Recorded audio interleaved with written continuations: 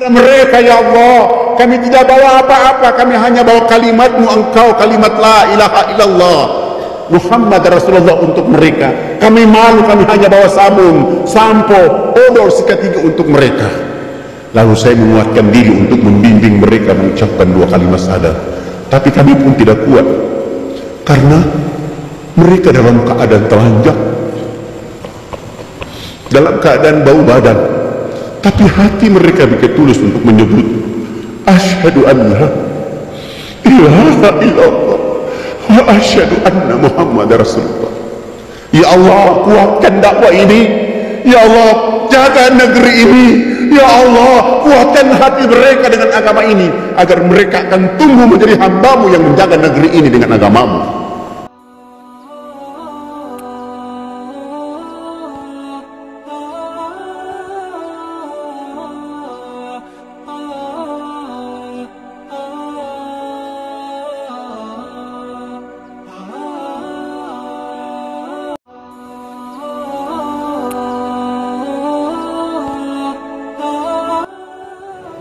Bismillahirrahmanirrahim. Assalamualaikum warahmatullahi wabarakatuh.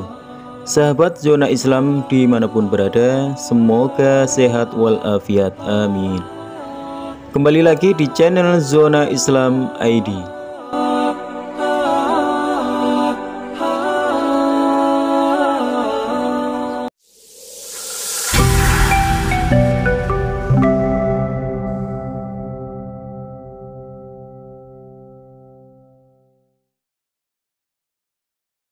Kisah mengharukan Ustadz Fadlan yang mengislamkan ribuan warga pedalaman Papua.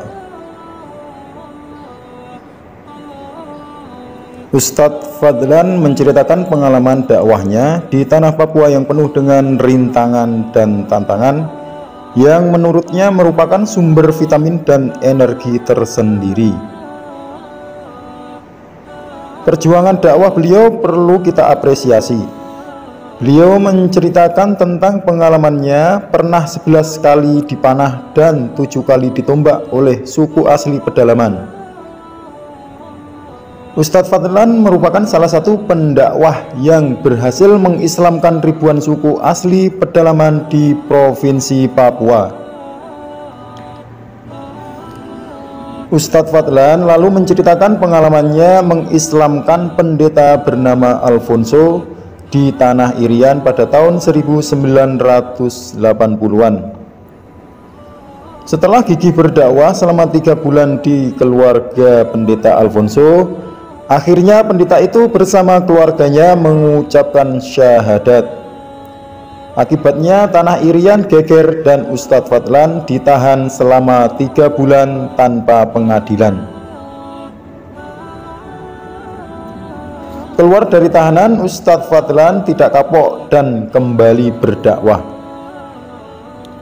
Kali ini ia menuju tempat bernama Kampung Dayem.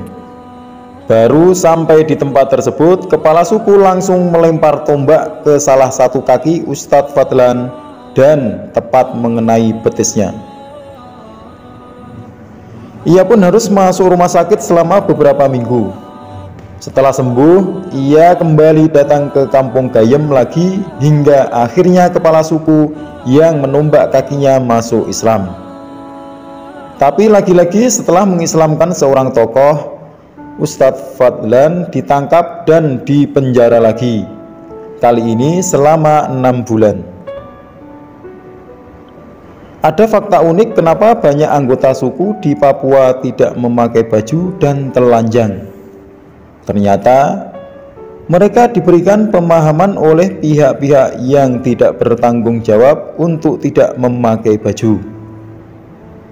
Selain dilarang berpakaian, mereka juga dilarang mandi menggunakan air bersih. Mereka warga suku hanya boleh mandi menggunakan minyak atau lemak babi saja, ungkap Ustadz Fadlan sambil menunjukkan foto warga pedalaman yang masih telanjang. Barangkali kisah dakwah Ustadz Fadlan yang fenomenal adalah saat 3.712 anggota suku di Irian berhasil diislamkan dan mengucap kalimat syahadah. Metode yang ia gunakan untuk mengislamkan penduduk pedalaman ini cukup unik, yaitu dengan mengajari para kepala sukunya mandi dengan sabun dan menggunakan sampo. Usai mengumpulkan ribuan anggota suku, Ustadz Fadlan dan tim dai-nya mempraktekkan sholat di atas panggung yang telah mereka buat. Begitu kami takbir, warga suku yang sudah mandi maupun yang belum mandi berdiri dan berputar mengelilingi panggung tempat kami sholat. Usai sholat, kepala suku langsung loncat ke atas panggung dan bertanya kepada Ustadz Fadlan apa yang baru saja dia lakukan bersama tim dai-nya. Dengan sabar, Ustadz Fadlan menjelaskan bahwa yang mereka lakukan baru saja itu adalah sholat untuk menyembah Allah Subhanahu wa Ta'ala. Dalam agama kami diperintahkan sehari 5 kali untuk menghadap Allah Sang Pencipta, terang Ustadz Fadlan kepada kepala suku itu. Begitu mendengar penjelasan saya, kepala suku meminta kami turun dari panggung. Kemudian kepala suku besar naik ke atas panggung bersama 6 kepala suku lainnya untuk melakukan rapat adat membahas kehadiran kami. 1,5 jam kemudian, kepala suku berdiri di atas panggung dan berteriak kepada warganya, "Hari ini kita senang, hari ini kita gembira, karena anak-anak ini datang mengajarkan kita agama yang benar."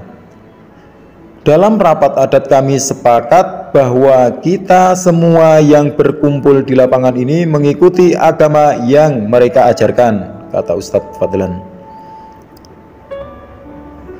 Mendengar penjelasan dari kepala suku, sontak Ustadz Fadlan dan tim dai-nya sujud syukur dan menangis kepada Allah Subhanahu wa Ta'ala. Saat itulah sebanyak 3.712 warga pedalaman mengucapkan kalimat syahadat dan memeluk Islam. Wallahu a'lam bishawab.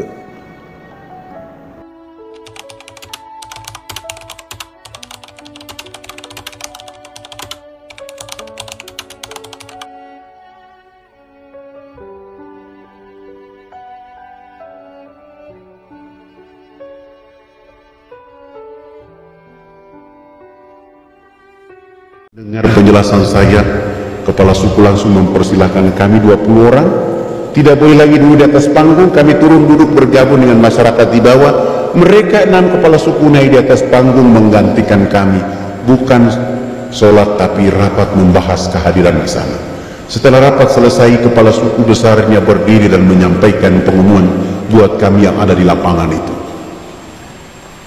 Hari ini kita senang. Hari ini kita bahagia karena anak-anak ini sudah datang mengajarkan agama yang benar di kampung kita. Dalam rapat kami sepakat bahwa kita semua yang ada di lapangan harus mengikuti agama anak-anak ini. Begitu mendengar kalimat itu, kami 20 orang langsung sujud dan menangis kepada Allah. Terima kasih ya Allah ya Rabb.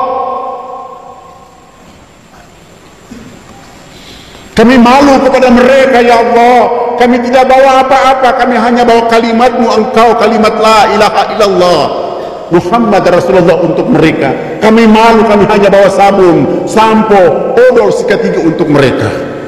Lalu saya menguatkan diri untuk membimbing mereka mengucapkan 2 kalimat syahadat. Tapi kami pun tidak kuat karena mereka dalam keadaan telanjang, dalam keadaan bau badan, tapi hati mereka begitu tulus untuk menyebut asyhadu an la ilaha illallah wa asyhadu anna Muhammad Rasulullah. Ya Allah, kuatkan dakwah ini. Ya Allah, jaga negeri ini. Ya Allah, kuatkan hati mereka dengan agama ini, agar mereka akan tumbuh menjadi hamba-Mu yang menjaga negeri ini dengan agama-Mu. 3.712 orang pun tanpa beban kecuali mengucapkan 2 kalimat syahadat. Setelah mereka mengucapkan 2 kalimat syahadat, 1 minggu kemudian program berikut yang kami lakukan adalah mengganti nama-nama mereka Yang nama Markus kami ganti dengan nama Abu Hanifah. Yang nama Yohanes kami ganti dengan nama Jamaluddin. Yang nama Paulus kami ganti nama dengan nama Tajuddin. Yang nama Abraham kami ganti dengan nama Ibrahim. Dan itu nama-nama yang paling cocok dan keren untuk orang Irian masuk Islam.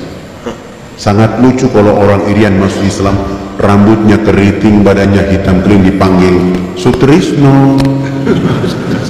Masa Sutrisno keribu? Atau dia masuk Islam, rambutnya keriting, badannya hitam kering, dipanggil Kang Cecep.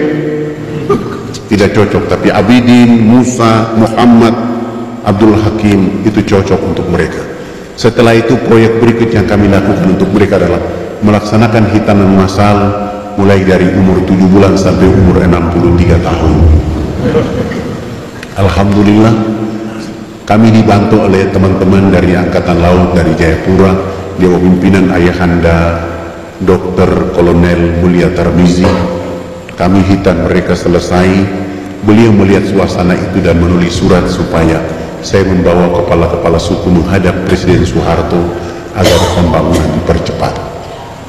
Subhanallah, kepala-kepala suku ini sudah pakai celana panjang, sudah pakai kemeja, bahkan sudah pakai jas, tapi mereka belum bisa pakai sepatu karena ukuran kakinya rata-rata nomor 47.